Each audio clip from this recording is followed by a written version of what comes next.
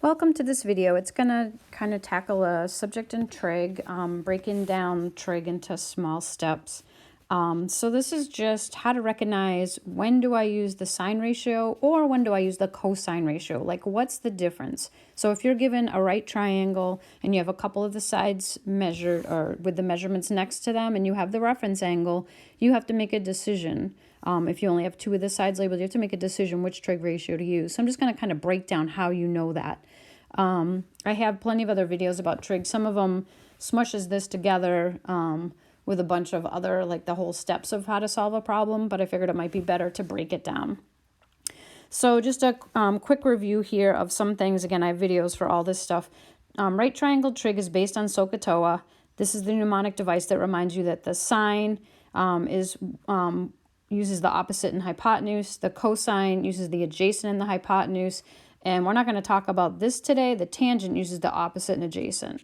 So I'll get to that in a different video. So the labeling of what the opposite, hypotenuse, and adjacent is another video. I'm not going to go through that in detail here, but you'll see me label them. You might want to pause and write down these 3 steps because they're the 3 steps that we'll use over and over, not just in this video, but other videos when you need to solve a trig ratio, when you need to solve a right triangle problem and you need to use trig. The first step would be to identify the reference angle. So if we look at the triangle below us, the reference angle is this angle here. So that's going to be my reference angle. And I encourage my students to actually circle it. It just makes your eye draws right to it that you know that's the angle that's important. We don't use the 90-degree angle as the reference angle. So even though it's marked and it's there, we're not going to use that as a reference angle in this case and in most cases in right triangle trig. So C is our reference angle. That's step 1 done. Step 2 says label the hypotenuse, opposite, and adjacent sides. I always start with the hypotenuse because it's right opposite my right angle. So I label that with an H. My opposite side is right opposite my reference angle. That leaves me with one side that is not labeled. That's my adjacent. So step 2 is done. Step 3, choose the correct trig ratio based on the given information.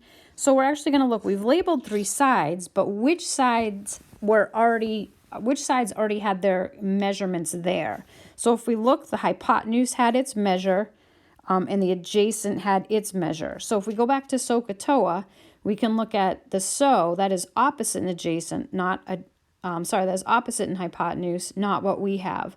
The cosine, which is adjacent and hypotenuse, that is exactly what we have. We have the adjacent and the hypotenuse. I'm not going to go through any of these problems and actually solve them. I feel like I don't want to throw too much into this. I don't want to throw too much into this video all at once. So this is our cosine, and that's just kind of proving that you can figure out which one just by the sides that are labeled. All right, problem. Let's see, this top triangle, again, we're going to go through the same steps. I'm going to identify my reference angle. It's labeled here. Again, I don't use the 90 degrees. I'm going to label the sides of my triangle. So opposite the 90 degrees is my hypotenuse, and there is a video on how to label these triangles. Opposite my reference angle is my opposite, and the third side is the adjacent. Again, I have my SOHCAHTOA part of my SOHCAHTOA, and so I'm going to analyze what trig function can I use based on the information that the problem originally had. Originally, the problem had an x as our opposite and our hypotenuse as a 19, and the adjacent had nothing. So I need to find a trig function that works with O and H. The only one in this triangle, the way it's labeled, is I'm going to O and H, so I'm going to use sine.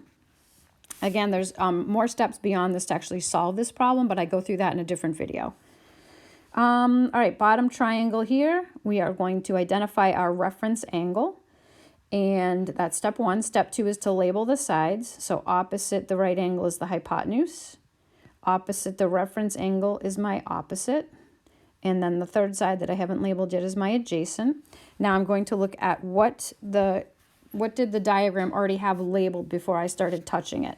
So I see here I had a 5.5, which was my adjacent side. I have an x, which is my opposite side. My hypotenuse has no information. So I'm not going to use the hypotenuse at all.